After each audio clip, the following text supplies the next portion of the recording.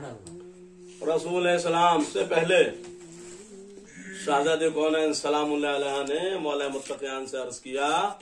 فرمایا کہ اے ابوالحسن بچے کا نام کیا رکھنا ہے؟ کیا فرمایا؟ تو آپ نے فرمایا کیف اسبق من هو افضل منی، میں نام رکھنے میں اس سے سبقت کیسے کر سکتا ہوں جو مجھ سے بہتر ہے، جو مجھ سے افضل ہے، یعنی رسول اسلام۔ اور کچھ وقفے کے بعد رسول اسلام تشریف لائے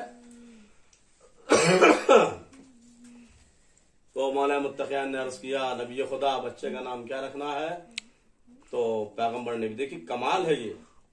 یہ صرف در آل محمد کا کمال ہے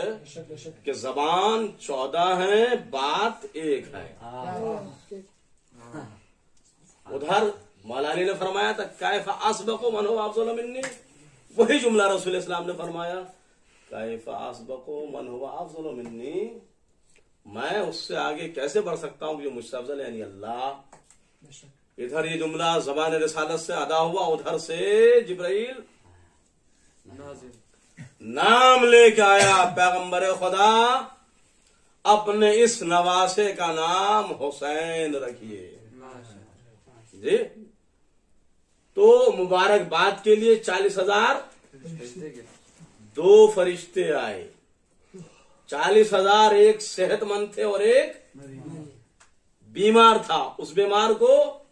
شفا ملی، وہ سب سے زیادہ پاور والا ہو گیا، ٹھیک ہے۔ اس کے بعد میں نام کہاں سے آیا؟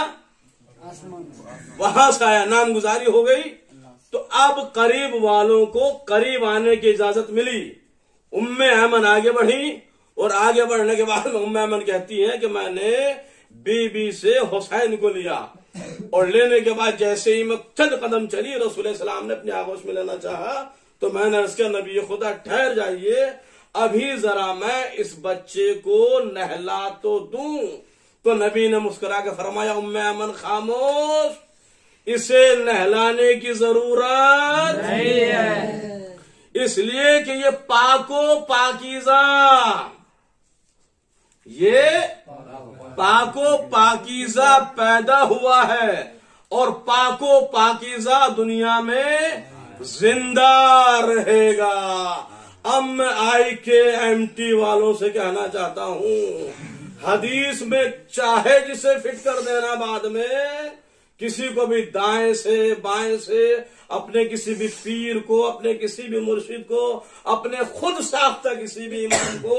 اپنے خود ساختہ کسی بھی رہبر کو چاہے جیسے فٹ کرنا، لیکن شرط یہ ہے کہ انہیں پیدا ایسے کرنا جیسے یہ پیدا ہوتے ہیں۔